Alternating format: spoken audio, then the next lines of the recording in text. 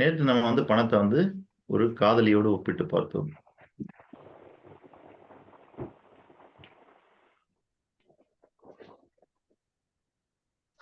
காதலனுக்கும் காதலிக்கும் இடையில் வேறு ஒரு மூன்றாவது நபர் வரலாமா? கூடாது சார். வரக்கூடாது. அதே மாதிரிதான் உங்களுக்கும் பணத்துக்கும் நடுவுல வேற ஒரு மூணாவது நபர் வரக்கூடாது.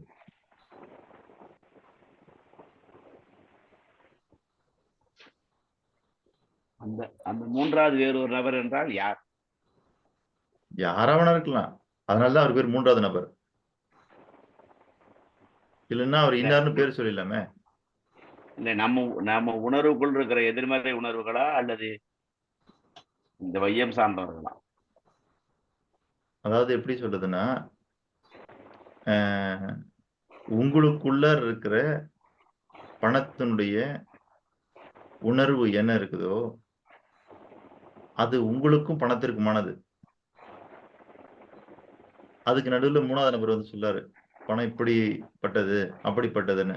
அதுக்கேற்ற மாதிரி நீங்க உங்களுடைய எண்ணங்களை மாத்திக்கிறீங்க, சிந்தனைகளை மாத்திக்கிறீங்கன்னா அது தவறு. அவர் என்னன்னா சொல்லுவார் பணத்தை பத்தி, நீங்க என்ன பண்ணக்கூடாது, நீங்க அதை எக்கார்ந்து கொண்டு தவறா கருதவே கூடாது.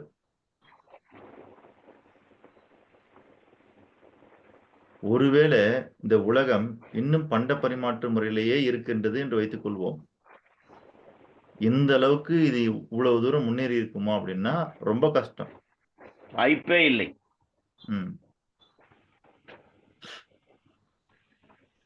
அப்போ பணம்னு ஒண்ணு வரவே தான் இந்த உலகம் இந்த அளவுக்கு அசுர வேகத்துல இவ்வளவு வளர்ச்சி அடைஞ்சிருக்குது. அப்ப பணம் என்னன்னா நல்லது செய்யறதுதான் மனிதன் கொண்டு வந்தான். இன்பமாக வாழ்வதற்குத்தான் மனிதன் கொண்டு வந்தான். எளிதாக வாழ்வதற்குத்தான் கொண்டு வந்தான். சுலபமாக வாழ்வதற்குத்தான் கொண்டு வந்தான். வசதியாக வாழ்வதற்குத்தான் கொண்டு வந்தான். சௌகரியமாக வாழ்வதற்குத்தான் கொண்டு வந்தான். ஆனா அதை யாராவது ஒரு தேர்ட் பர்சன் சொல்றாங்கன்னு வச்சுக்கங்க, அதை கேட்டு ஓ இப்படியா அப்படின்லாம் நம்ம நினைக்க கூடாது. உங்களுக்கும் பணத்திற்குமான பாண்டிங் இருக்கு பாருங்க, அந்த பாண்டிங் தேர்ட் பர்சனால எக்காந்து கூட கெட்டு போக கூடாது. அது உங்களுக்கும் பணத்திற்குமான பாண்டிங். இந்த வார்த்தை பணத்திற்கு மட்டுமல்ல, வாழ்வியலுக்கும் உரித்தானதுதான். இல்ல, அது எல்லாத்துக்குமே முதல்ல நீங்க பணத்தோட பாண்டிங் ஆகணும். இப்ப நீங்க எடுத்த உடனே ஒரு வார்த்தை சொல்றீங்க இல்லையா, சிவாய நமகன்னு. ஆமாங்க. நீங்க அதோட வச்சிருக்க பாண்டிங் தான் அது. புரியுதுங்களா? இங்க இருக்கிற வேற யாருமே சொல்லும் போது அதை சொல்றது இல்லை, நீங்க மட்டும்தான் சொல்றீங்க. அப்படின்போது உங்களுக்கும் சரியில்ல அந்த இறை பக்திக்கும் உள்ள பாண்டிங் அது, அதை வெளிப்படுத்துறீங்கல்ல. அதே போல உங்களுக்கும் பணத்திற்கும் ஒரு பாண்டிங் இருக்கணும்.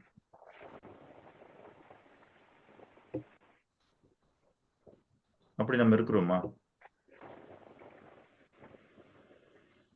கொஞ்சம் கொஞ்சமா மாத்திட்டு வரேன் ஐயா. இல்ல சொல்றேன், நான் இறைபக்தி இருக்கக்கூடாதுன்னு சொல்ல வரல. அந்த மாதிரி ஒரு பாண்டிங்கை நீங்க பணத்தை மேலே கிரியேட் பண்ணணும். அடுத்தது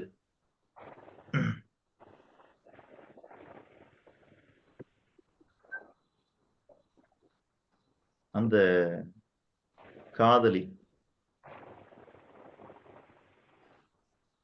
காதலிக்கிட்ட நீங்க ஒரு டைமுக்கு வரேன்னு சொல்றீங்க, பாக்குறேன்னு சொல்றீங்க, பேசுறேன்னு சொல்றீங்க அப்படின்னா அந்த டைமுக்கு வரணுமா இல்லையா, பார்க்கணுமா இல்லையா, பேசணுமா இல்லையா? அதே போலத்தான் நீங்களும் பண நடவடிக்கையில் யாரெல்லாம் நேரம் தவறுகிறீர்களோ அங்கே பணம் வருவதும் கடினம். பொதுவாகவே நம்ம சொல்ல தரக்கூடிய ஒரு மிக முக்கியமான பயிற்சி சொல்லும் செயலும் ஒன்றாக வேண்டும்னு. ஆனால் இந்த இடத்துல பண விஷயத்துல உங்களுடைய சொல்லும் செயலும் தவறக்கூடாது.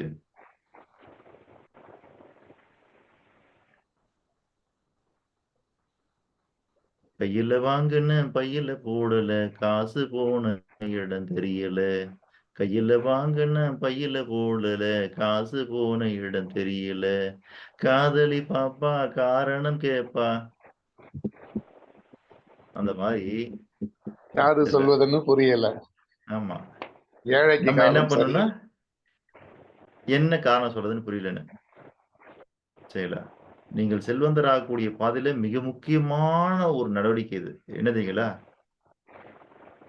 பணத்துக்கிட்ட நீங்க என்ன டைம் சொல்றீங்களோ, அதாவது பணத்துக்கிட்டனா பணத்துக்கிட்ட இல்ல. இப்ப நீங்க ஒருத்தர்ட்ட இருந்து பணம் வாங்குறீங்க. எந்த நேரத்துல திருப்பி குடுக்குறேன்னு நீங்க சொல்றீங்களோ, பணம் அவருதா வேணா இருக்கலாம். ஆனா உங்களுக்கும் பணத்திற்குமான ஒரு பாண்டிங் இருக்குது. அப்போ இந்த சொன்ன தேதியில, சொன்ன டைம்ல நீங்க திருப்பி தரணும். இல்ல ஒரு நாளைக்கு முன்னாடி ஃபோன் பண்ணி, "ஐயா நான் இந்த தேதியில, இந்த டைம்ல குடுக்குறேன்னு உங்களுக்கு சொல்லியிருந்தேன். சரிங்களா? கொஞ்சம் பணம் காலதாமதமாகுது. அதனால என்ன பண்ணுங்க, பொறுத்துக்கங்க நானு இந்த மாரி" அப்படின்னு ஒரு அடுத்த வாய்தா கேட்கலாம். ஒருவேளை ஏதோ இக்கட்டான சூழ்நிலை அதுவும் தவறுதுன்னா, 3வது வாய்தா, அதாவது 2வது வாய்தா கேட்கலாம். அவ்வளவுதான். மொத்தமா உங்களுக்கு 3 சான்ஸ். நீங்க பல தடவ வாய்தா கேட்டு, கேட்டு நம்ம கோர்ட் மாரி தள்ளி போட்டுட்டே இருக்கக்கூடாது.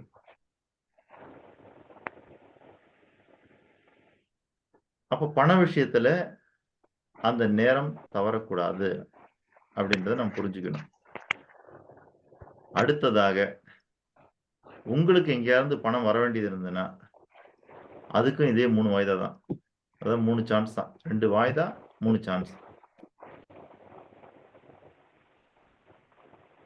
ஒருவேளை உங்களுக்கு வர வேண்டிய ஒரு பணம், இந்த 3 தவணையும் தள்ளிடுச்சு. இன்னும் வரல. உங்களுக்கு சொன்ன தேதியில உங்க பணம் வந்து சேரல அப்படின்னா, அதுக்கு பிறகு அது வந்தாலும், அது உங்களுக்கு பயன்படுமான்னு உறுதியா சொல்ல முடியாது. ஒரு பணம் உங்களுக்கு வர வேண்டியது இருக்குது. அது தள்ளி, தள்ளி போகுது அப்படின்னா, ஒரு 3 தடவ தள்ளி போயிடுச்சுங்க அது. ஒரு குறிப்பிட்ட டைம் சொல்லி. ஒருவேளை அது அதுக்கு பிறகு ஏதோ ஒரு காலகட்டத்தில வந்தாலும், அது வந்த உடனே வேற ஏதாவது ஒரு செலவுக்கோ, இல்ல வேற ஏதாவது ஒரு விஷயத்துக்கோ அது போயிடும். நீங்க நெனச்ச மாரி அத யூஸ் பண்ணிக்க முடியாது.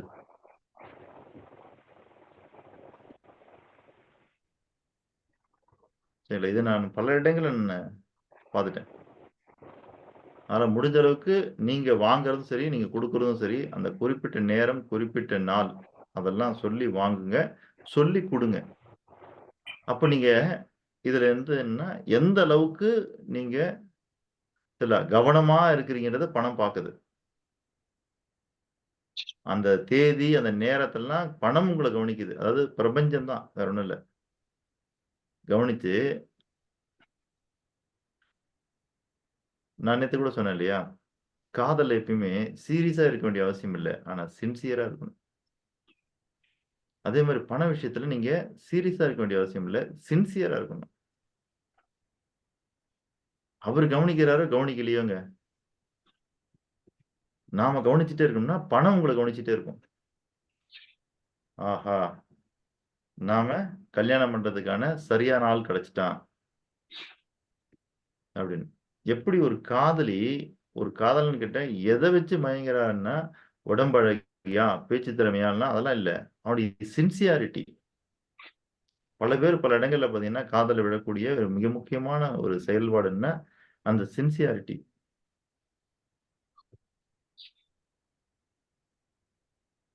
என்னடா நமக்காக இவ்ளோ சின்சியரா இவன் இருக்கானே! நாம போறதுக்கு முன்னாடியே நிக்கிறான். இல்ல. நம்ம ஒரு இடத்துக்கு எங்க போணுமோ அங்க கூடவே வரான். அப்படின்னு. அந்த சின்சியாரிட்டி நமக்கு இருக்கணும், பணத்துல. அடுத்தது ரொம்ப முக்கியமான விஷயம். ரொம்ப, ரொம்ப முக்கியமான விஷயம். உங்களுக்கு வாழ்க்கையில என்னென்ன மாதிரிலாம் கமிட்மெண்ட் இருக்குன்னு தெரியாது.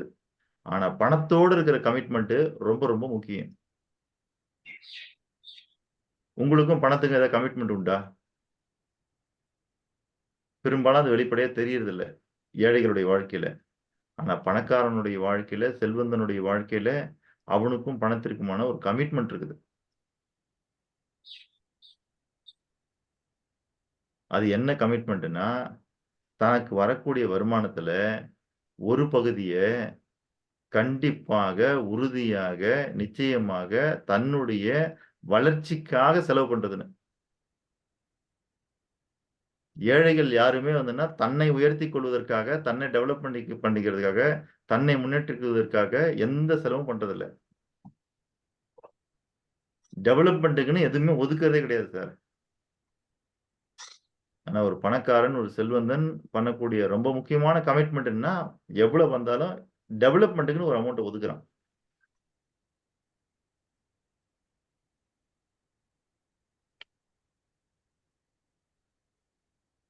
இன்னைக்கு தான் நெல்லு போட்டா, அதே நெல்லு திரும்பி போட்டா முளைக்கிறது இல்லன்னுலாம் சொல்றாங்க.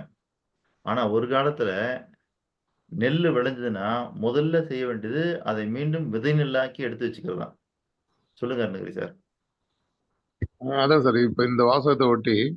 பணக்காரன் வந்து தன்னுடைய வருமானத்துல ஒரு பகுதியை வந்து முதலீடு பண்றான். ஏழை வந்து மொத்தமா செலவு பண்ணிடுறான். அதனால தொடர்ந்து அவன் ஏழையா இருக்கான். இல்ல மிடில் கிளாஸ் முதலீடுன்றது இல்ல நான் சொல்றது முதலீடு கிடையாது.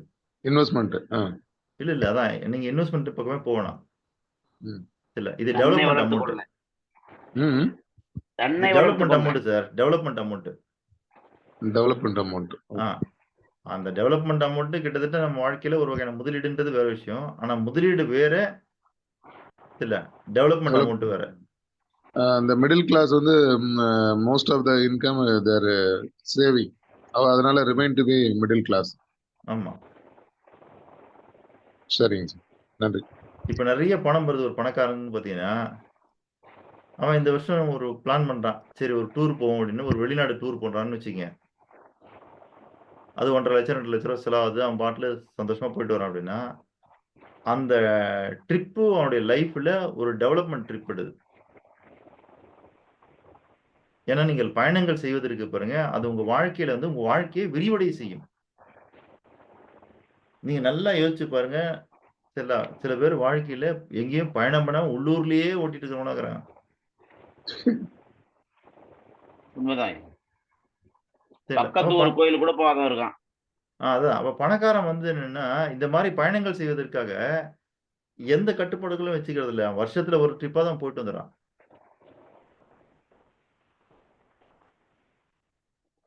பணக்காரர்கள் இல்லையெனில், இந்தியாவுல நீங்க விமான சேவைய நடத்த முடியாது.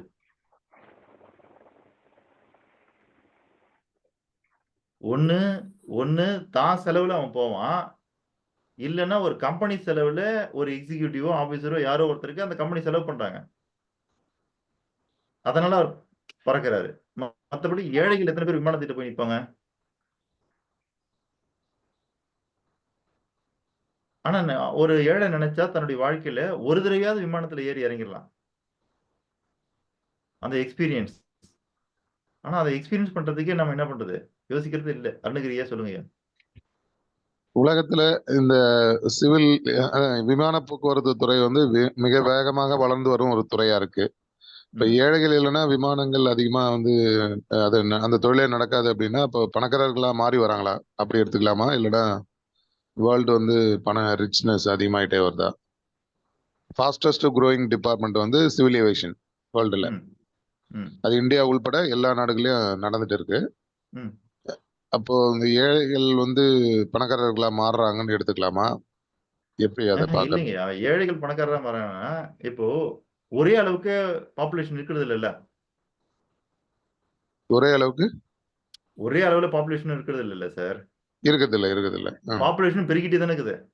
ஆமா, பெருகிட்டு தான் இருக்கு. ம். அந்த பெருகிட்டு இருக்கிறதுல என்னன்னா, இப்ப என்ன நடந்துட்டு இருக்குதுன்னா, இதுக்கு முன்னாடி 3 கேட்டகரி மக்கள் இருந்தாங்க சார். ம். சரிங்களா? ஒண்ணு ஏழைன்ற கேட்டகரி, இன்னொன்னு நடுத்தரம், இன்னொன்னு மேல்மட்டம். ம். பணக்காரர்கள். ம். இப்போ என்ன நடந்துட்டு இருக்குது அப்படின்னு கேட்டீங்கன்னா, மொத்தமா இந்த நடுத்தரம்ன்றது ஒரு தரம் அழிஞ்சிட்டு இருக்குது இப்போ. மிடில் கிளாஸே இல்ல. மிடில் கிளாஸ் அழிஞ்சு வருது இப்போ. ம். ஒண்ணு மிடில் கிளாஸ் அப்பர் கிளாஸ் ஆயிடணும். ம். இன்னின்னா லோயர் கிளாஸ்ன்னு சொல்லக்கூடிய ஏழை ஆயிடணும்.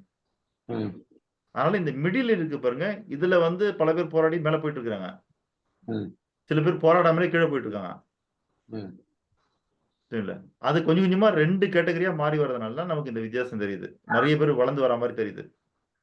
ஓகே.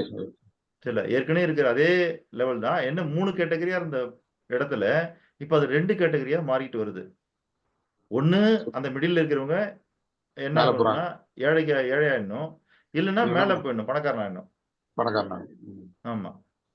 நீங்க எடுத்து பார்த்தீங்க வேர்ல்டு வைடு இருந்ததுன்னா, மிடில் கிளாஸ் உடைய அளவு எவ்வளவு இருக்குன்னு பார்த்தீங்கன்னா, இப்போ மிடில் கிளாஸ் ரொம்ப குறைஞ்சிருச்சு. சரிங்களா? ஏன்னா மிடில் கிளாஸ்ல இருந்தவங்கலாம் இப்ப ஏழையா மாறிட்டு வந்துட்டு இருக்கிறாங்க.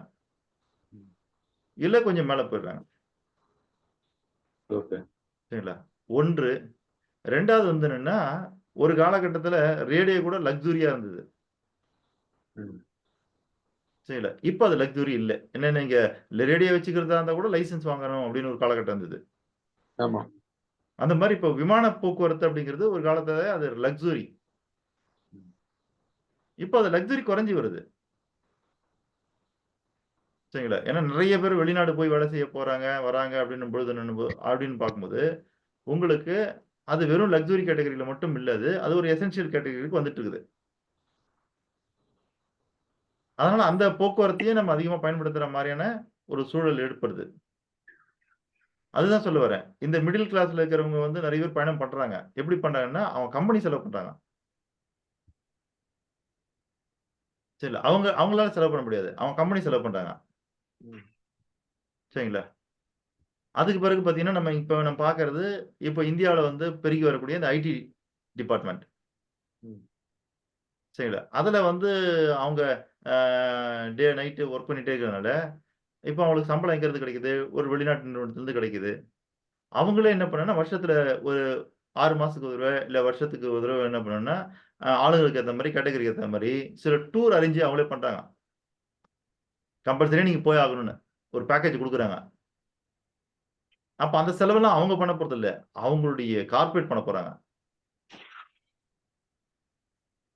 ம். இதெல்லாம் தான் இன்னைக்கு அதிகமாயிட்டே வருது இன்னைக்கு. சரிங்களா ஐயா? ஓகே. அருணகிரி ஐயா? புரியுது ஐயா, புரியுது. ஆ. அதுதான். மத்தபடி வந்து நம்ம ஏழைகள்லாம் பணக்காரரா மாறிட்டு வராங்கன்னா, இல்ல பாப்புலேஷனுடைய விகிதாச்சாரப்படி பார்த்தீங்கன்னா, பாப்புலேஷனுடைய விகிதாச்சாரத்தின்படி பார்த்தீங்கன்னா, உங்களுக்கு அ அதாவது எப்படின்னா, பணக்காரர்கள் பெருகி வருகிறார்கள், செல்வந்தர்கள் குறைந்து வருகிறார்கள். ம். இங்க என்ன விஷயம்னு கேட்டீங்கன்னா, பணக்காரர்கள் பெருகிட்டு இருக்காங்க. ஏன்னா காரணம் என்னன்னா, வேர்ல்ட் வைடு வந்துன்னா ரிச்னஸ் அப்படிங்கிறது பணத்த பேஸ் பண்ணி இருக்குது. ம். பணக்காரன தான் ஒரு ரிச் பெர்சனா பார்க்குறாங்க. ஆனா செல்வந்தன்றவன் வேற கேட்டகரி. அந்த கேட்டகரியே பல பேர் மறந்துட்டாங்க. அதனால இப்ப என்ன நடக்குதுன்னா, பணம் பெருகி வரக்கூடிய காரணத்தினால, பணக்காரர்கள் நெறைய உருவாகுற காரணத்தினால, எல்லாருமே ஒரு வேள ரிச் ஆயிட்டு இருக்காங்கன்னு நெனைச்சுட்டு இருக்கிறாங்க. இல்ல. பணம் மட்டும் பெருகி வருது. ம். அவ்வளோதான். மத்தபடி அவன் ரிச்னஸா மாறிட்டான்னா, இல்ல. நீங்க அத எடுத்து பார்த்தீங்கன்னா தெரியும். இதுக்கு முன்னாடி ஒரு ஒரு கிராமத்துல வாழ்ந்தவனா கூட இருக்கட்டும், அவனுடைய ரிச்னஸ் வேறையா இருந்தது. ம். இப்ப அதே இன்னைக்கு டவுன்ல வந்துட்ட பிறகு பார்த்தீங்கன்னா, பணக்காரன் தான் ரிச் பெர்சன் அப்படின்ற கேட்டகரியில எல்லாம் பார்க்கறதுனால, இன்னைக்கு எப்படி வருதுன்னா, செல்வந்தர்களுடைய எண்ணிக்கை குறைஞ்சு வருது. இல்ல பணக்காரர்களுடைய எண்ணிக்கை அதிகமா வருது. ம். அதனால வந்து வேர்ல்ட் வைடு பார்க்கும்போது ரிச்னஸான பெர்சன்ஸ் அதிகமாகற மாரி நமக்கு தோணுது அவ்வளவுதான். ஓகே. ம்.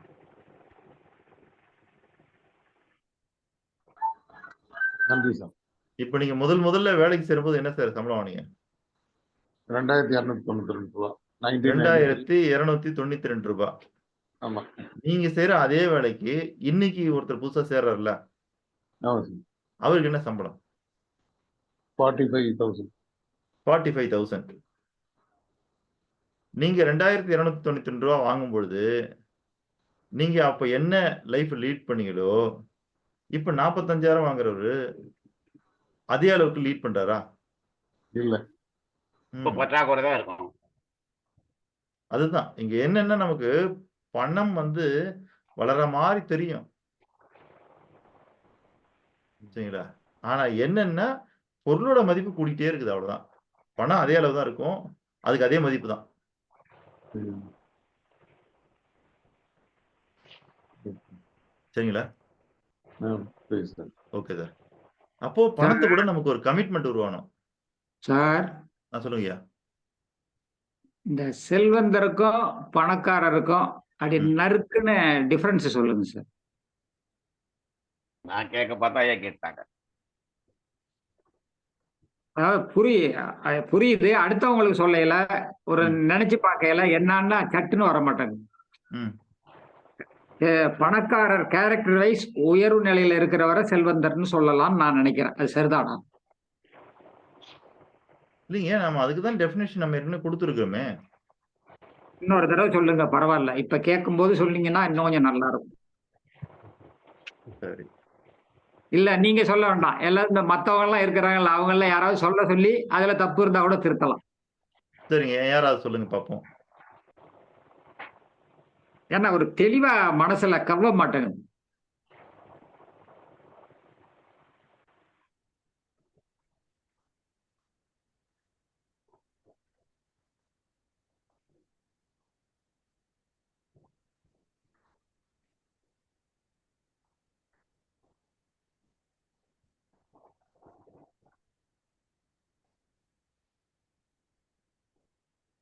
பணக்காரர்கள் எல்லோரும் செல்வந்தர்கள் அல்ல.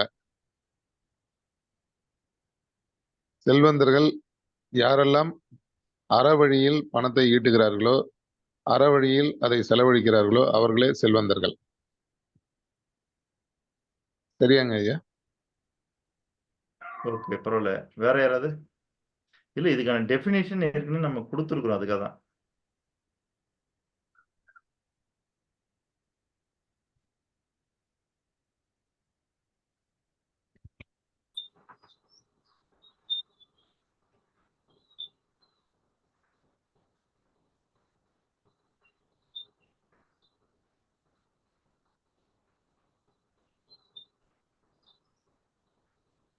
ஹலோ ஐயா, இந்த மரவணங்களில் பதியவில்லை, மீண்டும் ஒரு முறை சொல்லுங்கள் ஐயா.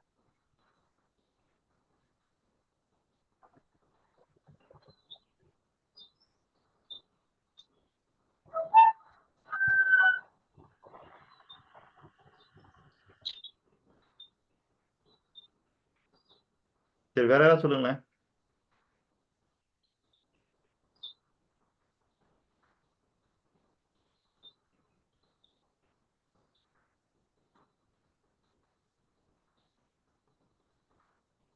நாங்க எழுதுந்து புரட்டி புரட்டி பார்த்துட்டு இருப்பாங்க.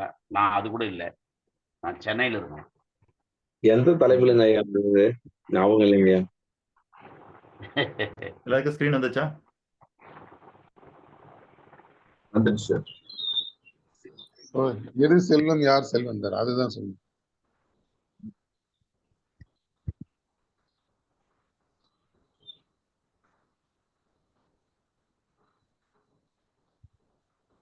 அப்பா, வந்துச்சுங்களா ஸ்கிரீனு? நான் வந்து எது செல்வம்? மனித சமுதாயத்தின் வளர்ச்சி, முன்னேற்றம் மற்றும் உயர்வுக்கு பயன்படும் வகையில் உள்ள அனைத்துமே செல்வமாகும். அவ்வளவுதான்.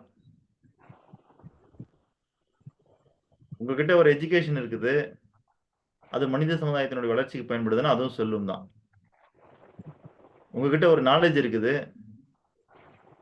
மனித சமுதாயத்துக்கு பயன்படுதா, அதுவும் செல்வம் தான். உங்ககிட்ட ஒரு டேட்டா இருக்குது, மனித சமுதாயத்துக்கு பயன்படுமா, அதுவும் செல்வம் தான். உங்ககிட்ட ஒரு இன்ஃபர்மேஷன் இருக்குது, மனித சமுதாயத்துக்கு பயன்படுமா, அதுவும் செல்வம் தான்.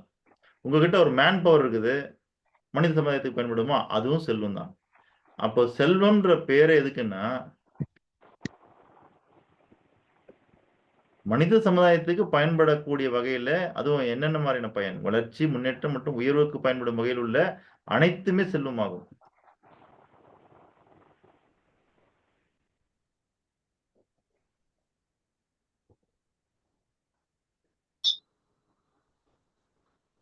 கிளியருங்களா ஐயா? ஐயா, இதுல கிட்டத்தட்ட நாங்கள் இந்த வாசகத்தின்படி பயன்படுகிறோம். ஆனால் அப்போது நான் செல்வம் தானா, பணக்காரனா? இதுல இருக்கிற விஷயங்கள் படி நான் படித்ததை, தெரிந்ததை, என்னுள் இருப்பதை மற்றவர்கள் பகிர்ந்து கொள்கிறேன். இந்த சமுதாயத்துக்கு நான் பயன்படுகிறேன். இப்ப நான் செல்வம் தானா, பணக்காரன்? இருங்க, வந்துட்டாருங்க. அடுத்தது, அதாவது எளிமையா சொல்லணும்னா, அடுத்தவர்களுக்கு உதவும் வகையில் நம்மிடம் உள்ள அனைத்தும் செல்வம் தான். அதாவது அந்த செல்வத்துக்குன்னுக்கான மீனிங்கே அது உங்களுக்கு பயன்படுறது இல்ல. உங்ககிட்ட இருக்கிற ஒண்ணு அடுத்தவங்களுக்கு பயன்படணும். அப்படி பயன்பட்டாதான் அதுக்கு பேரு செல்வம். உங்ககிட்ட இருக்கிற ஒண்ணு உங்ககிட்டயே அது பயன்பட்டுச்சுன்னா அதுக்கு பேரு பணம். அவ்வளவுதான். உங்க பாக்கெட்ல ஒரு 100 ரூபாய் நோட்டு இருக்குது. இது அடுத்தவனுடைய பசியை போக்கும்னா இப்ப அதுக்கு பேரு செல்வம். உங்க பாக்கெட்ல இருக்கிற 100 ரூபாய் உங்க பசியை தான் போக்குதுன்னா அதுக்கு பேரு பணம். அப்ப அடுத்தவங்களுக்கு உதவுற மாதிரி ஏதாவது உங்ககிட்ட இருந்ததுன்னா அது அத்தனையுமே செல்வம் தான். சொல்லுங்க அருணகிரி சார். இந்த டெபினிஷனே பரிணமிச்சு இருக்க மாதிரி ஒரு ஃபீல் இருக்கு. செல்லும் இடங்களில் வளத்தை சேர்த்து செல்வது செல்வம்னு முதல்ல படிச்சோம். ஆறு எப்படி அதேதான். வந்து ஆறு எப்படி வந்து பாயுதோ அது ரெண்டு பக்கம் உள்ள இடங்கள் வந்து செழுமையா இருக்கும். காரணம் வந்து அது வந்து வளத்தை சேர்த்து செல்லுது. அது போல செல்வந்தன் எங்கெல்லாம் செல்றானோ இல்லைன்னா செல்வந்தன் கிட்ட என்னெல்லாம் இருக்கோ அது மற்றவங்களுக்கு பயன்படும் வகையில இருப்பான். அதனால அவன் செல்வந்தன். அப்படிதான் முதல்ல டெபினேஷன் படிச்சோம். ஆமா. யார் செல்வந்தர்? அந்த செல்வத்தின் மூலம் தன்னையும் தன்னை சார்ந்த சமூகத்தையும் உயர்த்தி கொள்பவனே உண்மையான செல்வந்தன் அப்படின்னு படிச்சோம். இப்போ கொஞ்சம் பரிணமிச்சு வந்திருக்க மாதிரி இருக்கு டெபினேஷன். எப்படிங்கய்யா? அதேதான் இருக்கு இதுலயும். ஓ, அதுதான் இருக்கு. ஓகே. யார் செல்வந்தர்? செல்வத்தின் மூலமாக தன்னையும் அடுத்தவர்களையும் உயர்த்தி கொள்பவர்களே செல்வந்தர்கள்.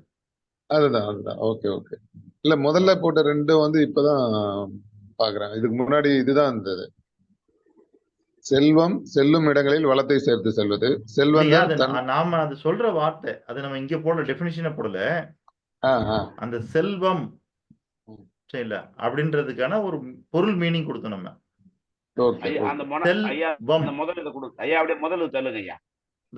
செல்வம்னு சொல்றோம்ல சார். ஆமா சார். அப்போ அந்த செல்லுன்றதையும் அந்த வம் அப்படிங்கறதையும் ஞாபகத்தை வச்சுக்கிறதுக்காக இல்ல, செல்லும் வழியில் வளத்தை கொடுத்து கொண்டே செல்வது செல்வம். அந்த சேவோ வாவோ நீங்க ஞாபகத்துல வச்சுக்கிறதுக்காக நம்ம உருவாக்கின ஒரு வார்த்தை அது. செல்லும் வழியில் வளத்தை கொடுத்து கொண்டே செல்வது செல்வம்,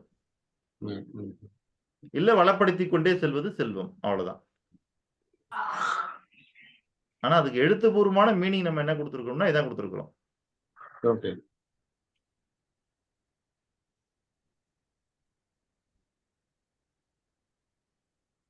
அதாவது எது செல்வம் அப்படின்றதுக்கான ஒரு கிளியரான பொருள் இது. மனித சமுதாயத்தின் வளர்ச்சி, முன்னேற்றம் மற்றும் உயர்வுக்கு பயன்படும் வகையில் உள்ள அனைத்துமே செல்லும் தான். ஐயா நீங்க ரொம்ப சிரமப்பட்டு எழுத வேணாங்க ஐயா. அப்படியே போன்ல டப்பு டப்பு டப்புன்னு ஒரு ஸ்கிரீன்ஷாட் எடுத்துட்டேன். ஆனா அது வந்து ஆப்போசிட்டா சொல்றாங்க சார். நீங்க எழுதும் போதுதான் உங்களோட எண்ணம், கவனம் எல்லாமே வந்து ஒருங்கிணைக்கப்படும். அதை வந்து நீங்க திரும்ப ரீகால் பண்ண வசதியா இருக்கும். ஸ்கிரீன்ஷாட்டோ போட்டோ எடுக்கிறதுலாம் உங்ககிட்ட ஆழமா பதியாது. அதனால எப்பவுமே அப்படி பண்ணாதீங்க, எழுதுங்க அப்படின்ற மாதிரி சொல்றாங்க. இல்லைங்க, நம்ம வந்து நம்ம இங்க கொடுக்குற பேசிக்ல ரொம்ப முக்கியமான ஒண்ணு எழுதுறது. இப்போ இந்த இடத்துல உடனே எழுத முடியலன்னா ஸ்கிரீன்ஷாட் எடுத்துச்சு அது அப்புறம் எழுதுங்கன்னு தான் நம்ம சொல்றோம். அப்புறம் எழுதுங்க. ரைட். உடனே எப்பயுமே எழுதி ஆகணும். சரி, எழுதுனாதான் மனசுல பதியும். ஐயா நம்ம தான் செல்வந்தராக 3 ஆற்றலை பயன்படுத்த சொல்றோமே. ஆமா ஆமா. அதுல ஒரு ஆற்றல் எழுத்தாற்றல் அல்லவா? எழுத்தாற்றல், சொல்லாற்றல், செயலாற்றல். ஆனா அவங்க சொல்றதெல்லாம் கரெக்ட் தான். அதை அப்படியே வெறும் ஸ்கிரீன்ஷாட் மட்டும் எடுத்துட்டு போயிடறாங்க இல்லையா அவங்களுக்கு. இப்ப இவர் வந்து வெளியூர்ல இருக்கிறாரு, இவர் நோட் எல்லாம் கொண்டு வரல, அதனால இப்ப ஸ்கிரீன்ஷாட் எடுத்து வச்சுட்டு அப்புறம் ஊருக்கு போனோம்னா அதை அவர் நோட்ல எழுதிக்கணும். ஆமா ஆமா.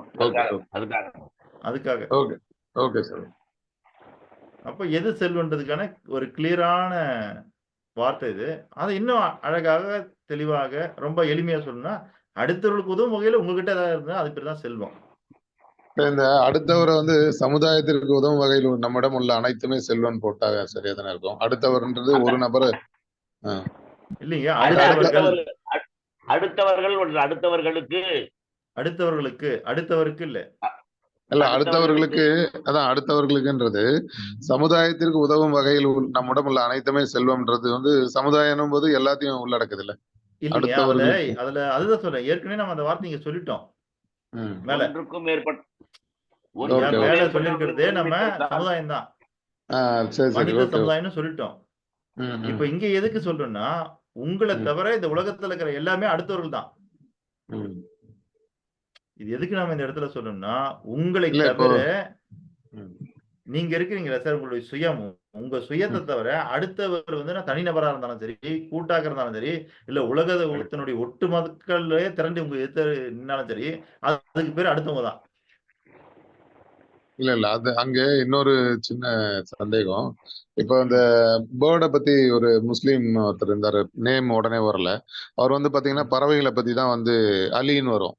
அவரு பறவைகளை சலீம் அலி. சலீம் அலி. அவர் வந்து பாத்தீங்கன்னா பறவைகளை பத்தி பாதர் பண்ணுவாரு. அதை பத்தியே அவர் வாழ்நாள்ல கழிச்சாரு. அப்படி ஒரு சில மனிதர்கள் வந்து மற்ற உயிரினங்கள் மேல வந்து தன்னுடைய கவனமும் தன்னுடைய நேரத்தையும் செலவழிக்கிறாங்க.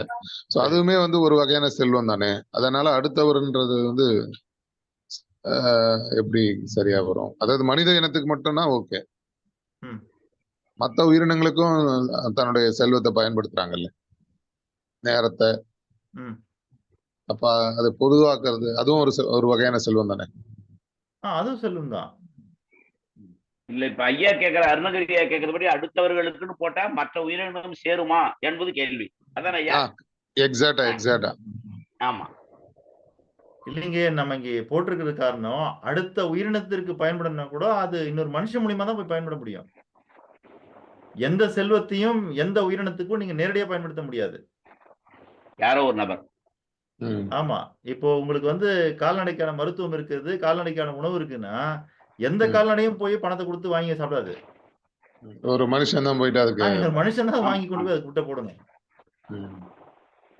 புரியுதுல்ல? அப்ப இந்த இடத்துல செல்வம் எல்லாமே நீங்க எதை செல்வமா பாக்குறீங்களோ, அந்த செல்வம் இன்னொரு மனுஷன் மூலியமா தான் இன்னொரு உயிருக்கு போக முடியும். ஓகே. அந்த உயிருக்கே நேரடியா போய் பயன்படுமா? இல்ல. அந்த செல்வங்கிற வார்த்தையை ஒரு மனுஷன் கிட்ட இருந்து இன்னொரு மனுஷன் கிட்ட போற ஒரு பொருளுக்கு மட்டும்தான் நீங்க பயன்படுத்த முடியும். இல்ல, நீங்க நேரடியாவே ஒரு பசுக்கு கொடுக்குறீங்க அப்படின்னா, இப்ப பசுகிட்ட போனோடனே அது பசுகிட்ட போன செல்வமானா இல்ல. அதுக்கு அது உணவு பொருளா இருக்கும், இல்ல வேற ஏதாவது இருக்குமே தவிர, நீங்க இப்போ ஒரு உதாரணத்துக்கு ஒரு பசுவுக்கு நீங்க செல்வத்தை கொடுக்குறீங்கன்னா, அந்த செல்வம் அந்த பசுவுக்கு எப்படி பயன்படும்ன்றேன். ஏன்னா அது போய் எதுவுமே பண்ண முடியாது. அந்த செல்வத்தை வச்சு அதனால ஒண்ணுமே பண்ண முடியாது. ஒரு நபர் மூலியமா தான் போயிட்டு ஒரு நபர் மூலியமா தான் போக முடியும். அதனாலதான் இந்த இடத்துல நம்ம அடுத்தவர்கள்னு சொல்றோம். உலகத்தில் இருக்கிற எல்லா செல்வமும் எத்தனை உயிரினத்துக்கு பயன்படுத்தாலும் அதை நம்ம செல்வம்னு பேர் வழங்குறதும், அது இன்னொரு உயிருக்கு பயன்படுறதும் இன்னொரு மனிதன் மூலியமா தான். அகத்துக்கரையா இருந்தாலும் சரி, புண்ணாக்கா இருந்தாலும் சரி. ஆமா, அது எதுவா இருந்தாலும் அது அந்த உயிரினத்துக்கிட்ட போகணும்னா ஒரு மனுஷன் தான் கொண்டு போய் ஆகணும். அப்போ இந்த மனுஷன் தான் இந்த செல்வத்தை பயன்படுத்த முடியும். புரியுதுல ஐயா? புரியுது. அப்ப வேற எந்த உயிரினமும் பயன்படுத்த முடியாது. நம்ம ஏற்கனவே நம்ம பயிற்சியில சொல்லியிருக்கிறோம், பணம் என்பது மனிதர்களுக்கு மட்டுமே பயன்படக்கூடிய ஒரு பொருள். முதல்ல சொல்லி வேற எந்த உயிரினத்துக்கும் பயன்படாது. அதே மாதிரிதான் தங்கமா இருக்கட்டும், வெள்ளியா இருக்கட்டும், பெட்ரோல் ஆகட்டும், வேற எது வேணா எடுத்துக்கங்க, மற்ற உயிரினத்துக்கெல்லாம் அது பயன்படுதா அப்படின்னா பயன்படாது. ஒருவேளை உணவு தானியங்கள், உணவுப் பொருட்கள் வேணா பயன்படலாம். சரிங்களா? தங்கத்தை நீங்க அப்படியே போட்டுட்டீங்கன்னா கரையானா கூட அரிக்க முடியாது. இதே நீங்க ஒரு உணவு தானியத்தை போறீங்கன்னா அது பல உயிரினங்களுக்கு பயன்படும். அது அரிச்சிரும், அது கெட்டு போயிடும், சரிங்களா? அது காணாம போயிடும் ஒரு குறிப்பிட்ட காலத்துல. ஆனா தங்கத்தை போட்டீங்க, ஒரு கட்டியை போட்டீங்கன்னா எவ்வளவு வருஷம்னாலும் தங்கமாக தான் இருக்கும். எந்த உயிரினத்தினாலும் அது ஒண்ணும் பண்ண முடியாது. அதே போல வெள்ளி, அப்புறம் பெட்ரோலு, இந்த மாதிரி சரிங்களா, நம்ம பணப்பயிர்கள்னு சொல்லும் பாருங்க, அந்த பயிர்கள் தான் அடுத்த உயிரினங்களுக்கு உதவும். மற்றபடி வேற எதையுமே வந்து நான் அது நாம கொடுக்கறது எதையுமே அது செல்வமா நம்ம பட்டியலில் என்னெல்லாம் வச்சிருக்கிறோமோ அதெல்லாம் மற்ற உயிரினுக்கு நேரடியா பயன்படவே பயன்படாது, உணவுப் பொருளை தவிர. நம்ம ஒரு வீடு கட்டி வச்சிருக்கிறோம், இது எந்த உயிரினத்துக்கு செல்வம்? எந்த உயிரினத்துக்கும் செல்வம் கிடையாது. நீங்க ஒரு கார் வச்சிருக்கீங்க, அது எந்த உயிரினத்துக்கு செல்வம்? எந்த உயிரினத்துக்கும் செல்வம் கிடையாது. நீங்க ஒரு ஃபேக்டரி வச்சிருக்கீங்க, சொத்து வச்சிருக்கீங்க, என்னென்னமோ வச்சிருக்கீங்க, அது எந்த உயிரினத்துக்கு சொத்து இது செல்வமா இருக்கும்? எந்த உயிரினத்துக்கும் செல்வம் கிடையாது. அதாவது உங்ககிட்ட இருக்கிற உணவுப் பொருளை தவிர, அல்லது உங்ககிட்ட இருக்கிற ஒரு நேச்சுரல் ப்ராடக்டை தவிர. ஓகே, சரிங்களா ஐயா? புரியுது.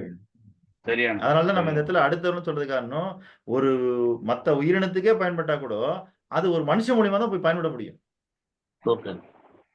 ம். நேரடியா நீங்க வந்து ஒரு மாட்டுக்கு வந்து இந்தா ஒரு ரூ. 500 வச்சுக்கோ நீ. போற வழியில அப்படியே அகத்திக்கீரையா வாங்கி சாப்பிட்டு போயிடுன்னு நம்ம சொல்ல முடியாது.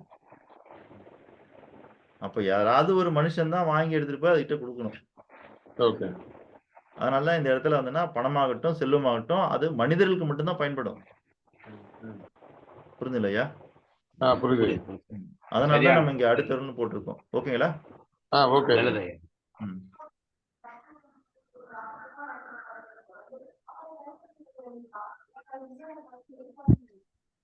கலைச்செல்வன் ஐயா கிளியரா? நன்றிங்கய்யா. கிளியருங்கய்யா. ம்.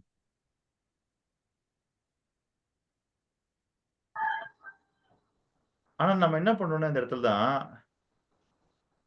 ஒரு தேக்க நிலை அடைஞ்சிரும். எங்க தெரியுங்களா? அடுத்தவர்களுக்கு உதவும் வகையில் நம்மிடம் உள்ள அனைத்தும் செல்வம் தரணும்னு, அப்பாடா பரவாயில்லப்பா. நாம ஏதோ ஒரு ஐடியா கொடுத்தா 4 பேருக்கு பயன்படுது. நாம ஏதோ ஒண்ணு இது கொடுத்தா பயன்படுது. நாம ஏதோ ஒண்ணு கொடுத்தா பயன்படுது. அப்படி நாங்க நின்னுடுறோம். சரிங்களா? இதுல நாம் பார்க்க வேண்டிய விஷயம் என்ன தெரியுங்களா? இதுல நீங்க இன்னொரு கவனிக்கணும். என்ன கவனிக்கணும்னா, செல்வந்தர் ஆவறதுக்கு இந்த சமுதாயத்துக்கு பயன்படுற வகையில நீங்க எல்லாம் செஞ்சாலும் கூட, உங்ககிட்ட இருக்கிற ஒண்ண பணமாக மாற்ற தெரியணும் உங்களுக்கு. ரொம்ப முக்கியமான விஷயங்க. நீங்கள் செல்வந்தர் ஆவதற்கு நாம இப்ப சொன்னோம் பாருங்க இத்தனை பட்டியலு. இப்ப நாம சொன்னோம் இல்லைங்களா இவ்வளவு பெரிய பட்டியலு. அதாவது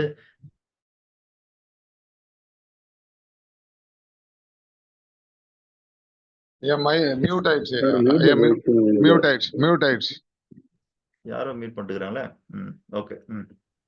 அதாவது என்னன்னா, நமக்கு செல்வம் எத்தனை வடிவத்துல இருந்தாலும், அத்தனை வடிவத்துல இருக்கிற செல்வத்தையும் நம்மகிட்ட கொண்டு வரக்கூடிய ஒரு சிங்கிள் ஷேப் எதுன்னா பணம். பணத்தின் வழியா தான் நம்ம அத்தனை செல்வத்தையும் பெற போறோம்.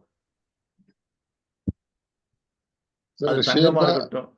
இல்ல பணம் வந்து ஷேப்னு சொல்ல முடியாதுல்ல. ஷேப்னா உருவம் சொல்றோம் இல்லையா? உருவம் சொல்லலாமா? உருப்பொருள்ன்றதான் நான் அப்படி சொன்னேன். ஓகே.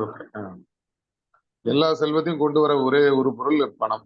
ஆமா. எல்லா செல்வத்தையும் உங்ககிட்ட கொண்டு வரக்கூடிய ஒரு உருப்பொருள் எதுன்னு கேட்டீங்கன்னா, அது பணம்ங்கிற உருப்பொருள் தான். அதனால தான் நம்ம பணத்து மேல கொஞ்சம் இந்த மாதிரி கொஞ்சம் கவனத்தை செலுத்துறோம்.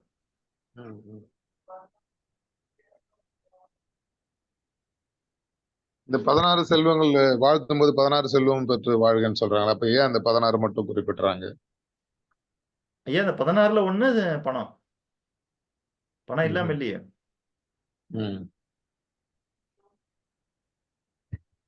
ஓகே. அந்த 16ல 4வது செல்வம் எதுன்னா உங்களுக்கு பணம் தானே.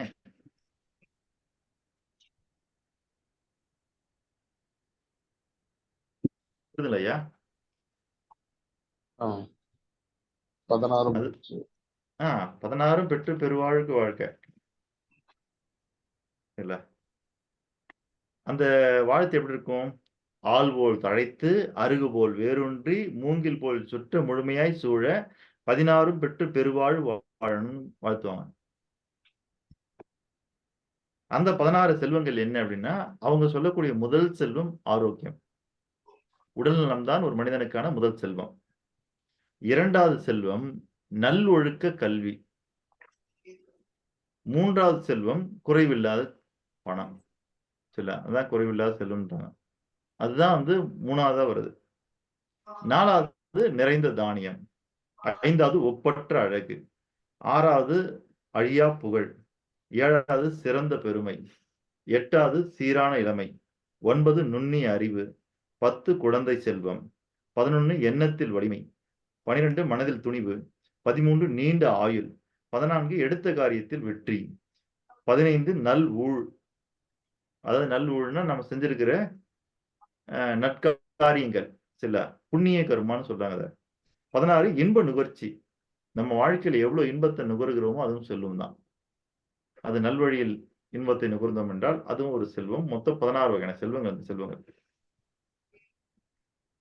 இப்போ நீங்க யோசிச்சு பாருங்க. இதுல பணம்ன்ற ஒரு செல்வத்தை விட்டுருங்க, மீதி 15 செல்வத்தை எடுத்துக்கங்க. அது எந்த வழியில வரும்னு யோசிச்சு பாருங்க. முதல் செல்வம் ஆரோக்கியமான உடல். பணம் இல்லாம ஆரோக்கியமான உடல் நமக்கு வாய்ப்பதற்கு வாய்ப்பு உண்டா? இல்லை. இல்ல பாருங்க. சரில்ல. அப்ப பணத்த குடுத்து தான் நீங்க ஆரோக்கியமான உடலா மாத்தணும். அடுத்தது நல்லொழுக்க கல்வி. பணம் இல்லாம எஜுகேஷன் இருக்குதா? ரெடியா புரியுதுங்களா? அப்ப பணம் தான் இந்த இடத்துல நல்லொழுக்க கல்வியாவும் மாத்த முடியும். 3வது பணத்த விட்டுருங்க. 4வதா இருக்கிறது நிறைந்த தானியம். பணம் இல்லாம நம்ம எப்படி தானியத்தை பெருக்கிறது? 5வது ஒப்பற்ற அழகு. 6வது அழியா புகழ். 7வது சிறந்த பெருமை. இதெல்லாம் எடுத்துக்கிட்டீங்கன்னா, பணத்தின் வழியா ஏதாவது ஒரு காரியத்த செஞ்சா தான் உங்களுக்கு அழியா புகழ் கிடைக்கும். பணத்தின் வழியாக நீங்க ஏதோ ஒண்ணு செஞ்சு தான் சிறந்த பெருமையை பெற முடியும். சரில்ல? பணத்த நீங்க சரியான முறையில கையாண்டு தான் சீரான இளமையை அடைய முடியும். அருணகிரியா சொல்லுங்கய்யா. ஒவ்வொரு வழிபாட்டு முறைக்கும் மாறுது பொழுது. சைவ திருமணத்துல வந்து 1 வந்து அன்பான துணை, 2 வந்து கபடமற்ற நட்பு, 3 வந்து கலையாத கல்வி, 4 வந்து குறையாத வயது, 5 வந்து குன்றாத வளமை. அபிராமி அந்தாதியில வருகிற வாசகம் ஐயா, அது கலையாத கல்வியும் குன்றாத வயதும் ஒரு கவடு பாராத நட்புன்னு. அதாவது இதுல ஏற்கனவே இது ஐயா சொல்லிருக்காங்க.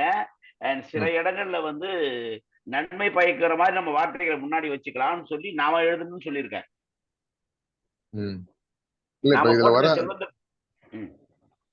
இதுல வர 16மே வந்து ஐயா சொல்ற மாதிரி கொஞ்சம் மாறி வர மாதிரி இருக்கு. அன்பான துணை, கபடமற்ற நட்பு, கலையாத கல்வி. எல்லாமே இந்த உலகத்துல இருக்கிற எல்லாமே ஒரு காலகட்டத்துல பரிணாம வளர்ச்சி அடையும். சரிங்களா? இப்போ இதுக்கு முன்னாடி என்னன்னா இன்ஜினியர்னா பொதுவா ஒரு பொறியாளர். அத 2ஆ பிரிச்சாங்க. என்னன்னா மிஷினுக்கு இருக்கிற இன்ஜினியர், சிவில் இன்ஜினியர்னு.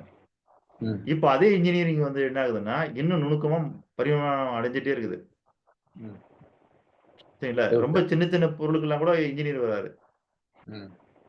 அந்த மாதிரிதான் இதெல்லாம். இப்ப என்னன்னா ஏற்கனவே இருக்கிற 16 இது ஏதோ ஒரு காலகட்டத்துல சொல்லியிருப்பாங்க. அடுத்து வரவங்க இதை இன்னும் கொஞ்சம் டிஃபைன் பண்ணுவாங்க. அடுத்து வரவங்க இன்னும் கொஞ்சம் டிஃபைன் பண்ணுவாங்க.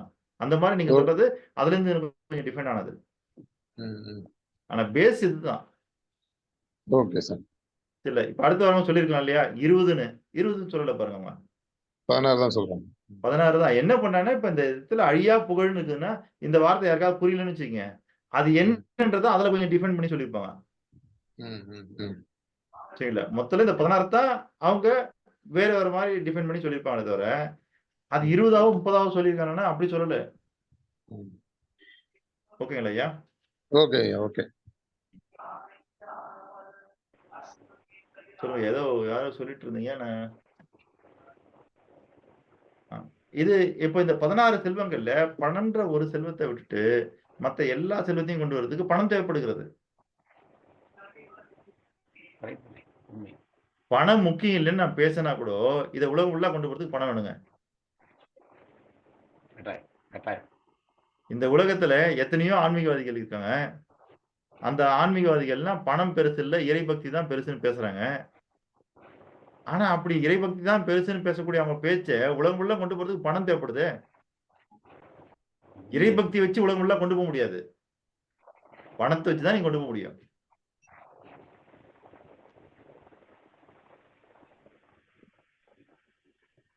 இதுல யாருக்கா ஏதாவது மாற்று கருத்து இருக்குதா?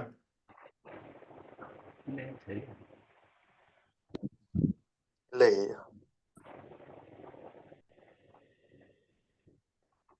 அதனாலதான் நம்ம சொல்றோம் பணம் இல்லாம இந்த உலகத்துல இன்னைக்கு ஒரு செயல்பாடு கூட கிடையாது. அப்படி இருக்கும்போது அதுக்கு நம்ம எவ்வளவு முக்கியத்துவம் தரணும். ஆனா அப்படி முக்கியத்துவம் கொடுத்து நம்ம வாழ்க்கையில பணத்துக்கு முக்கியத்துவமே கொடுக்கறது இல்ல. அதாவது இந்த இடத்துல இந்த முக்கியத்துவம்ன்றது இருக்கு இல்ல, பணத்துக்கு கொடுக்குற முக்கியத்துவம்ன்றது இங்கதான் கொஞ்சம் வேறுபடுது. என்னதுங்களா? நாம முக்கியத்துவம் தரோம் எப்படி தெரியுங்களா? பணத்தினுடைய உருப்பொருளுக்கு முக்கியத்துவம் தரோம். அப்படி தரக்கூடாது. பணத்தில் இருக்கிற கருப்பொருளுக்கு முக்கியத்துவம் தரணும்.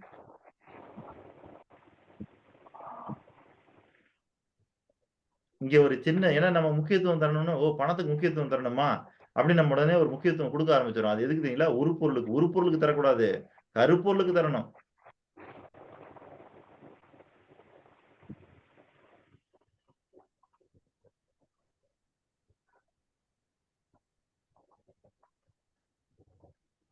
இன்னைக்கு பணம் ஒண்ணும் வாழ்க்கையில பெருசு இல்லை அப்படின்னு மேடை ஏறி பேசக்கூடிய பல பேருடைய பேச்ச பணம் தான் நாடு ஃபுல்லா கொண்டு போய் சேர்க்குது. பணம் தான் உலகம் முழுதும் கொண்டு போய் சேர்க்குது. ஏதாவது ஒரு சிங்கிள் ஆக்ஷன் நம்ம கூட சொல்றோம், நம்ம பல திரைப்படங்களை சொல்றோம் தெரியல, பணத்துக்கு முன்னாடி இது அன்பு ஒண்ணு இருந்தா போதும். இப்ப கூட நம்ம அதை சொல்றோம், உலகத்தையே கட்டி ஆள்வது அன்பு தான், அதுல எந்த மாற்று கருத்தும் இல்லை.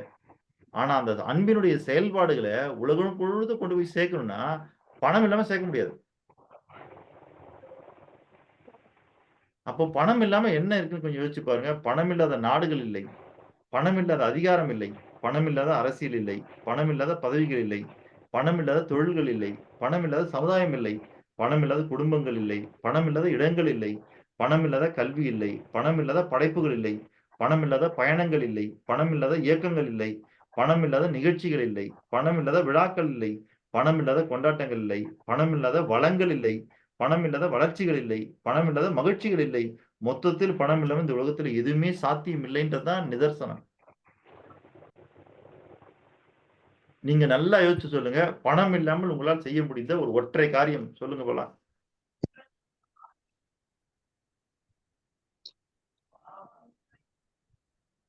ஐயா இதுதான் பணம் பந்தியிலே குணம் குப்பையிலே இதை அறிந்து நடக்காதவர் மனிதர் இல்லைன்னு பாட்டுல வச்சாங்கன்னு நினைக்கிறேன் ஐயா. பாட்டுல வச்சாங்க ஐயா, ஆனா அதை நம்ம மனசுல வைக்க கூடாது. ஓகே. ஏன்னா பணம் பந்தியிலே குணம் குப்பையிலேன்னு சொல்லும் போது நம்ம பணத்தை இழிவுபடுத்துகிறோம். சரிங்களா? அந்த இழிவான பதிவு நம்ம மனசுல பதியக்கூடாது. ஓகே. பல பேர் என்ன நினைச்சிருக்கிறேன், அந்த இடத்துல ஏதோ உயர்வா சொல்றதா நினைச்சிட்டாங்க பணத்தை. ஆனா உயர்வா சொல்ல, அது இழிவா சொல்றது. இது நாள் வரை அது உயர்வாக கருதப்படுவதாக தான் நாங்க நினைச்சிட்டு வரோம். அது எப்படி, அது எந்த இடத்துல இழிவுபடுத்தப்படுகிறது? ஐயா இப்ப பணம் பந்தியிலேங்கிற வாசகம் இழிவான கருத்தை அதை மனதில் வைக்க வேண்டாம்னு ஐயா சொல்றீங்க. ஆனா நாம இது வரைக்கும் நாங்க எங்களோட சிந்தனை பணம் பந்தியிலேன்னு சொல்லும் போது கௌரவப்படுத்தப்படுவதாக நினைச்சுட்டு இருக்கிறோம். இப்போ இப்படி வச்சுங்களேன், இல்ல அருணகிரி ஐயா தான் பணம், அசோக் குமார் நானு குணம். புரியுதுங்களா? எதுக்கு நீங்க முக்கியத்துவம் தரணும்? பணத்துக்கா குணத்துக்கா? இன்றைய கருத்துப்படி குணத்துக்கு. குணத்துக்கு. உங்களுடைய கருத்துப்படி இல்லை, எல்லாருடைய கருத்துமே அதுதான். அப்போ குணத்துக்கு தானே முக்கியத்துவம் தரணும், குணத்துக்கு தானே பெருமை சேர்க்கணும், குணத்தை தானே நீங்க பெருமையா சொல்லணும். புரியுதுங்களா? புரியுது. ஆனால் சமுதாயம் வந்து இருங்க சொல்லி முடிச்சாரு. பணம் இருப்பவரை இப்போ குணமா இருக்கிற நான் நல்லவர், பணமா இருக்கிற அருணகிரியை கெட்டவர். ஏன்னா நான் உதாரணத்துக்கு கூட நான் என்ன கெட்டவனா மாத்திக்க மாட்டேன். சந்தோஷம். அதனால அருணகிரியை வருத்தப்படக்கூடாது. அதனால என்ன பண்ணுவோம், அவரை குணமா மாத்திருவோம், என்ன பணமா மாத்திருவோம். இப்போ இல்ல, அப்போ குணம் தான் பெருசு. அப்ப இங்க யார் குணம்? அருணகிரி ஐயா குணம். புரியுதுங்களா? அப்போ யாரை கொண்டு போய் பந்தியில வைக்கணும்னா நீங்க குணமான ஆளை தானே கொண்டு போய் வைக்கணும். வைக்கணுமா இல்லையா? வைக்கணும். ஆனா வைக்கல. அதுக்கு வேற என்ன பண்றீங்க? பணமான ஆளை என்ன கொண்டு போய் தூக்கி வைக்கிறீங்க. சரில? அப்போ இந்த இந்த இந்த குறளுக்கு என்ன பொருள்னா, நல்லவனை வைக்க வேண்டிய இடத்துல நான் கெட்டவனை வைக்கிறேன். புரியுதுங்களா? ஏன்னா அவர் குணமான ஆளு, நான் பணமான ஆளு. அப்ப யாரு இங்க நல்லவரு? குணமான ஆள் தானே நல்லவரு. ஆனால் குணமான ஆட்கள் அவரால் வந்து பல விளைவுகளை விஷயங்களை செய்ய முடியாது, பணத்தால் செய்ய முடிகிறது. அதனால நாங்க பெருசா வைக்கிறோம். இல்லைங்க, அதெல்லாம் அப்புறம். நான் என்ன சொன்னா, இந்த இடத்துல பணம் பந்தியிலே குணம் குப்பையிலேன்னு சொல்றோம் இல்லையா? அதுக்கு நம்ம என்ன சொல்றோம்னு கேட்டீங்கன்னா, பந்தியில இருக்க வேண்டியது குணம். ஆனா பணம் வந்தா நம்ம என்ன பண்ணணும்னா குணத்துக்கார தூக்கி குப்பையில போட்டுருமா, பணத்தை தான் பெருசா பாக்குறோமா. கெட்ட வந்த பிறகு நீங்க நல்லவனை தூக்கி போட்டுறீங்க. புரியுதுங்களா? அப்போ நீங்க நல்லவனை தூக்கி போறதுக்கு யாரு காரணம்? பணம். கெட்டவன். புரியுதுங்களா? நல்லவனை தூக்கி போறதுக்கு யார் காரணம்? கெட்டவன். அதே மாதிரி இடத்துல குணத்தையே நீங்க பந்தியில வச்சிருக்கணும். ஆனா குணத்தை பந்தியில வைக்க வேண்டிய இடத்துல நீங்க என்ன பண்ணீங்க, குணத்தை தூக்கி குப்பையில போடுறீங்க. புரியுதுங்களா? அப்ப குணத்தை தூக்கி குப்பையில போட்டதுக்கு காரணம் பணம்னு நீங்க சொல்றீங்க.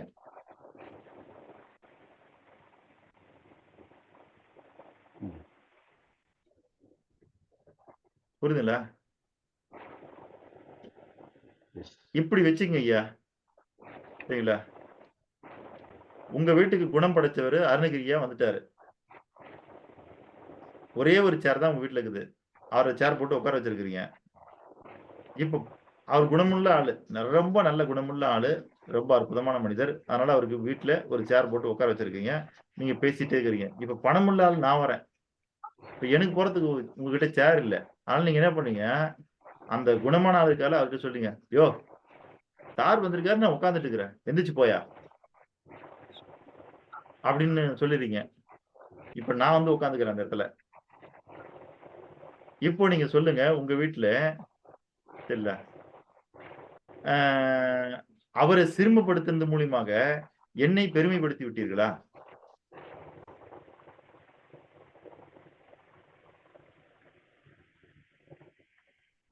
ஹலோ, என் கேள்வி புரியுதுங்களா ஐயா? அவரை சிறுமைப்படுத்தியது மூலியமாக என்னை பெருமைப்படுத்தி விட்டீர்களா? இல்லை. அப்படி பண்ண முடியாது. புரியுதுல? அவரை சிறுமப்படுத்துறதுக்கு இல்ல என்ன பெருமைப்படுத்துறீங்க அப்படின்னா, அந்த சிறுமிக்கு நான் தானே காரணம். நம்ம என்ன சொல்றோம், பணம் பந்தியிலே குணம் குப்பையிலேன்னு சொல்றோம். அப்படின்னு என்ன அர்த்தம்? குப்பையில போய் குணம் விழுவதற்கு யார் காரணம்னா, பந்திக்கு வந்த பணத்தின் தான் குணம் போய் குப்பையில விழுந்துருச்சு. புரியுதுல்ல ஐயா? புரியுது. அப்ப நல்லவனை உட்கார வைக்க வேண்டிய இடத்துல நல்லவனை உட்கார வைக்காம கெட்டவனை உட்கார வச்சதுனால தான் நல்லவனை தூக்கி நீங்க குப்பையில போட்டீங்கன்ற அர்த்தம் இது. அது எப்படி வந்து நீங்க பணத்தை பெருமையா சொல்றதா அர்த்தமாயிடும்? அது பணத்தை பெருமையா சொல்றது இல்ல, கீழ்த்தரமா கேவலப்படுத்துறது. புரியுதுல்ல? நாம அப்படி நினைச்சிட்டு இருக்கிறோம், அது தவறு ஐயா. கல்லறை முதல் கருவறை முதல் கல்லறை வரை சில்லறை தேவைன்னு எழுதி பல ஆட்டோல இல்ல, கருவறை முதல் கல்லறை வரை சில்லறை தேவைன்னு அப்படின்னு என்ன அர்த்தம்?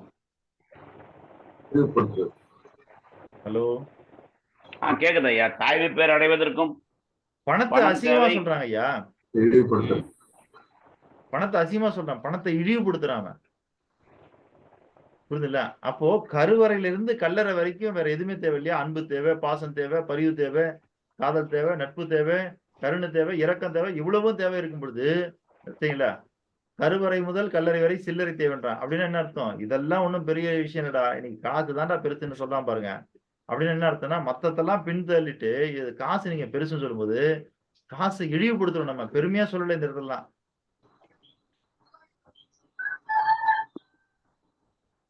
அந்த புரிதல் உங்களுக்கு வரணும். இது நம்ம எங்க இருந்து தடமாட்டோம்னு நினைக்கிறேன். அருணகிரியா எங்க இருந்தாங்க ஐயா தடமாறணும் நம்ம? அதான் இந்த பணம் பந்தியிலே குணம் குப்பையிலே இதை அறிந்து. அதுக்கு முன்னாடி செல்வந்தர் பணத்துக்கும் செல்வந்தருக்கும் வித்தியாசம் கேட்டாருங்க ஐயா. கலை ஐயா கேட்டாங்க. பணக்காரனுக்கும் செல்வந்தருக்கும், பணத்துக்கும் செல்வந்தருக்கும் டெபினிஷன் கேட்டாங்க. டெபினிஷன் நல்லா ஈஸியா சொல்ற மாதிரி மனசுல பதிகிற மாதிரி ஒண்ணு சொல்லுங்கன்னு சொன்னாரு. இல்ல அது முன்னாடி சொன்னாரு. இப்ப கடைசியா முடிச்சது பாத்தீங்கன்னா பணம் இல்லைன்னா எதுவுமே இல்ல அப்படின்னு முடிச்சாரு. அதான் பணம் இல்லைன்னா எதுவுமே இல்லைங்கிறது உண்மைதான். அதனால நம்ம மனசு பணத்தினுடைய உருப்பொருளை பற்றக்கூடாது, அதனுடைய கருப்பொருளை பற்ற வேண்டும். புரியுதுங்களா? அதனால பணக்காரன் என்ன பண்றான்னா பணத்தினுடைய கருப்பொருளை பற்றுகிறான், ஏழைகள் பணத்தினுடைய உருப்பொருளை பற்றுகிறார்கள். அதான் வித்தியாசம்.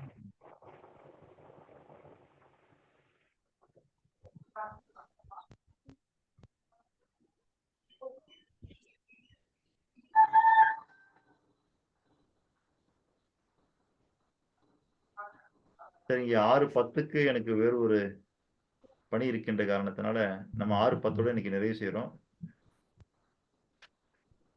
இன்னைக்கு கருத்து இவ்வளவுதான். அப்போ எது செல்வம், யார் செல்வந்தர் அப்படின்னு பாத்தீங்கன்னா, இந்த உலகத்துல எது வேணுமானாலும் செல்வமா இருக்கலாம். இந்த உலகத்துல எது வேணுமானாலும் செல்வமா இருக்கலாம். புரியுதுங்களா? ஆனா எல்லா செல்வத்தையும் உங்ககிட்ட கொண்டு வரக்கூடிய அந்த ஒற்றை பொருள் எதுன்னு கேட்டீங்கன்னா பணம் தான். பணத்தை வச்சுதான் நீங்க எல்லா பொருளையும் உங்ககிட்ட கொண்டு வர முடியும். சரிங்களா? அதனால அதுக்குன்னு ஒரு முக்கியத்துவம் கொடுக்கணும். அதுல ஒரு கமிட்மெண்ட் நமக்கு வேணும். அதாவது என்ன கமிட்மெண்ட்னா, நம்ம கிட்ட எவ்வளவு பணம் வந்தாலும் வளர்ச்சிக்காக மாத்தி வைக்கக்கூடிய பணம் எவ்வளவு அப்படிங்கிறது இருக்கணும். உங்க வாழ்க்கையில எவ்வளவு வந்தாலும் வளர்ச்சிக்கான ஒரு பணத்தை நீங்க ஒதுக்குறேன்னா வாழ்க்கையில எப்படி வளர்ச்சி கிடைக்கும்ன்ற. ஐயா, எவ்வளவு அறுவடை செஞ்சாலும் மீண்டும் விதைப்பதற்கான நெல்மணிகளை நீங்கள் விதை நெல்லை எடுத்து வைக்கிறேன்னா அடுத்து எப்படி அது வளர்ச்சி அடையும்? அப்ப நீங்க வளர்ச்சிக்காக எடுத்து வைக்கிற பணம் எல்லாமே அது வந்து விதை நெல் போல அது மீண்டும் மீண்டும் உற்பத்தி ஆகிட்டே இருக்கும். இது செலவு கணக்கு அல்ல, முதலீடும் அல்ல, இது வளர்ச்சி நிதி, வளர்ச்சி நிதி, வளர்ச்சி நிதி. ஓகேங்களா? இன்னைக்கு பாடத்திட்டம் இவ்வளவுதான். உங்களுக்கு ஏதேனும் கேள்விகள், சந்தேகங்கள், கருத்துக்கள் இருந்தா சொல்லலாம். 1-2 நிமிடங்கள்ல நிறைவு செஞ்சுட்டு நம்ம மீண்டும் 6:30 சந்திக்கலாம். சார், வளர்ச்சி நிதிக்கு பதில் சேமிப்புன்னு சொல்லலாமா சார்? என்னங்க ஐயா? வளர்ச்சி நிதி சேமிப்புன்னு சொல்லலாமா? அதாங்க ஐயா, இது அந்த கேட்டகரியில போகுது. வளர்ச்சி நிதி வளர்ச்சி நிதி தான், டெவலப்மெண்ட், growth. இது சேமிப்பு கிடையாது, சேமிப்புல வராது. சேமிப்புலயும் வராது, முதலீட்டுலயும் வராது, செலவுலயும் வராது. ஐயா, இது வந்து பணத்தை உருப்பொருள்ங்கிறீங்க, அத கருப்பொருள்னு எதை சொல்ல வர்றீங்க? அந்த பணத்தை கொண்டு விளையக்கூடிய விளைவுகள். ஓகேங்க ஐயா. பணத்தை கொண்டு நீங்க சாப்பாடு வாங்குறீங்க அப்படின்னா அது ஒரு கருப்பு உருப்பொருள். அந்த சாப்பாடுனால ஒரு ஏழையினுடைய பசியை போக்க முடியும்னா அது கருப்பொருள். ஹஸ்பண்ட் சேலரி வாங்கிட்டு வந்து கொடுத்தாருன்னா ஒய்ஃப் சிரிக்கிறாங்க இல்லைங்களா, அந்த சிரிப்பு தான் வந்து விளைவு, கருப்பொருள்.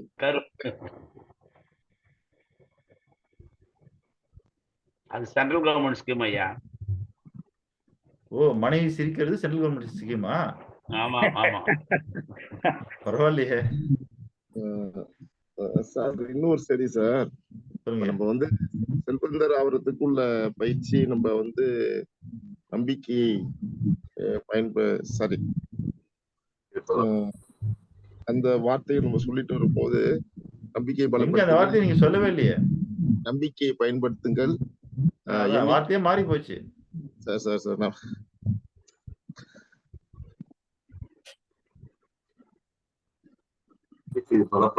நம்பிக்கையை பலப்படுத்துங்கள், எண்ணிக்கையை பயன்படுத்துங்கள், இயற்கையை இணைத்திடுங்கள்.